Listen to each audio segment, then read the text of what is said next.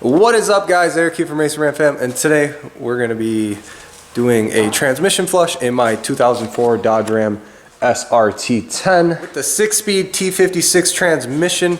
We are going to be changing the fluid in it today because it is just due for it. So I'm going to show you guys how to do that. We are going to be using nothing but the best fluid and only fluid you should be using in your T56 right here. Mobil 1 ATF synthetic transmission fluid. It takes about 3.5 quarts of tranny fluid for this guy. You are going to need a pump or some kind of transfer pump to be able to fill it after you're done. Like we got in one of these drawers, like we got right here. This is a transfer pump. You can go to any of your local hardware stores or local parts store and pick one of those up. So guys, we're gonna get right into it and start draining tranny fluid. The other thing we were doing, we were building some new mounts for the fuel pressure regulator. We're going to be wrapping the downpipe. We're going to just be doing a bunch of other things later in the video. But for right now, I'll be showing you guys how to change this tranny fluid. We got to get the truck lifted up. So now that we got the truck in the air, we can go under here and I'll show you guys where the drain plug is. Very simple. You just pull this guy right here, which is a 3/8 drive drain plug, and then the fill plug is right here where it says fill. It says take Castrol, do not listen to that. Do Mobil 1 ATF. And yeah, so we're gonna pick out our favorite drain pan right here. Pick that guy underneath in kind of the area of where it's gonna go. Get our 3/8 ratchet.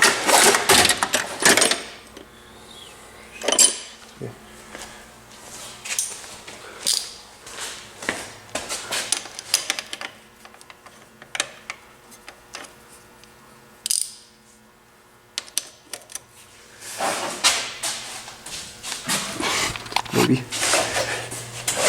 Tighten that. Oh wait, I did.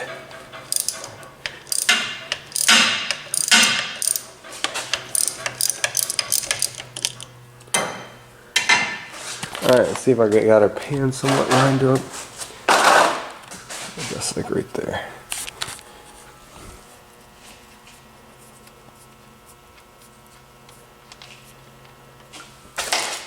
Oh god. Just like that.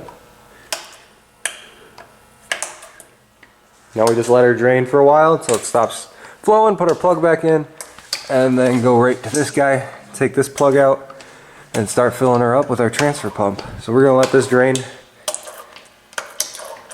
Alright, so now that our fluid's done draining, we're gonna start the fill procedure. Get your transfer pump and your Mobil 1 ATF, and just start pumping away.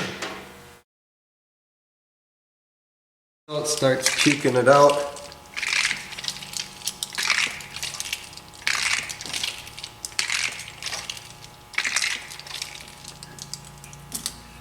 Probably right now. Yeah. Alright, so then quickly you gotta pull your transfer plug tube out and put in the fill plug. And just like that, we are all done flushing our Tremec T56 transmission in your 2004 to 2006 Dodge Ram SRT10s. And it is going to take longer for me to clean up the mess than it was to actually flush the transmission or change the transmission fluid. Alright, so now we're going to get back working on the turbo part of this. We are building a new fuel pressure regulator mount, which you can see right here, that we have TIG welded up. Gonna have to drill 2 holes right here to mount it, and then we'll bolt it right up, and then we gotta put the wheel wells in, wrap the downpipe, and then SRT10 will be street worthy yet again. We got the 2 holes for the fuel pressure regulator right here drilled out. This goes right where the booster is, underneath the master cylinder. You guys will see right now. It just kind of fishes under there, because that's my fuel pressure regulator right there. And we kind of had a little bit of a janky setup before, but, and just like that. So now we'll just have to install the 2 master cylinder bolts, and then we'll have to bolt the regulator to the bracket, and we'll be all good to go. New fuel pressure regulator brackets in. I wish I would have rounded this corner, but that's alright. A lot more sturdy than it was. Before we had to actually have a zip tie around. Little things you don't know.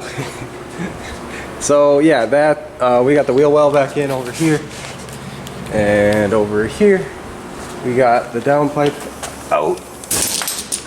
We got the downpipe out, and we got the wheel well still out. And we have to trim. We got a new wheel well from our guy Andy at Parts Online Network right here. We got this beautiful brand new wheel well. Because our old one we had very cut up because we used to have the exhaust actually come up right through here to the turbo. We don't need that anymore. We still have to have this all chopped up, but not as much chopped up as this is. So we got a new one for a really good price from, again, Andy at Parts Online. Thanks Andy for this. Came fast like usual. He's always a great guy. I love my Andy. But yes, so now we are going to be wrapping the downpipe. We got my bucket right here. We're going to fill with hot water. We're actually going to go do that in my other garage. And we got the downpipe over here. I sprayed it with a little bit more ceramic coating in a couple spots that I accidentally scratched, and it looks like it dried now. So we got the downpipe right here. Exhaust evac, if you're wondering what that is. Wideband O2. And we're going to lava wrap that guy with some heat wrap. But we need the bucket and we need hot water to soak it in. So when we wrap it, it shrinks up and it gets a really nice tight wrap. So we're gonna now go into my single car garage and start wrapping this down. All right guys, we're in my other garage now. So we got the downpipe here. We got a bucket of hot water, just right out of the faucet, just hot. We got the actual wrapping itself, which is right here. Our lava wrap. I got this off Amazon, and we got some hose clamps to hold it on. I don't like using these stainless steel ties because they seem like they come loose after a while, and then all the wrapping falls off, or I've had issues with that. Maybe I don't do it right. I don't know. I don't like using them. So we use hose clamps to get the job done. So the first thing we're going to do is unpackage this guy and throw her into the bucket. Piece of cardboard out of the center. Alright, so now I'm going to take this guy, just let it soak for a little bit in the hot water, and then we're going to start wrapping the downpipe.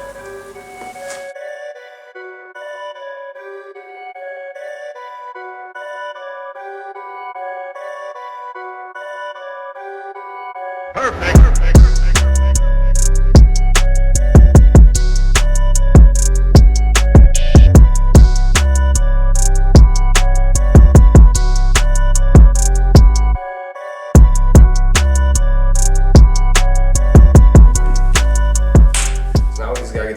Installed back in SRT10, but I think we're going to call this a video for tonight. I hope this helped you guys figure out how to wrap a downpipe if you didn't know how to do that, or wrap exhaust. Pretty much you just want to get with hot water, and then you just want to keep good tension on it when you pull it. I like using hose clamps. The stainless steel zip ties work too. I've just had some bad issues with them coming loose after a while of using them, and the hose clamps work really good. They're stainless, they do the same thing. But in the next video that I'm going to be posting, we're going to go back to the 5.9 Magnum, probably installing the cold air intake. So if you guys are looking for that videos, or the twin turbo 5.9 videos, those will come back in the next video. So stay tuned guys. As always, keep it boosted, and we'll see you guys in the next video. Peace.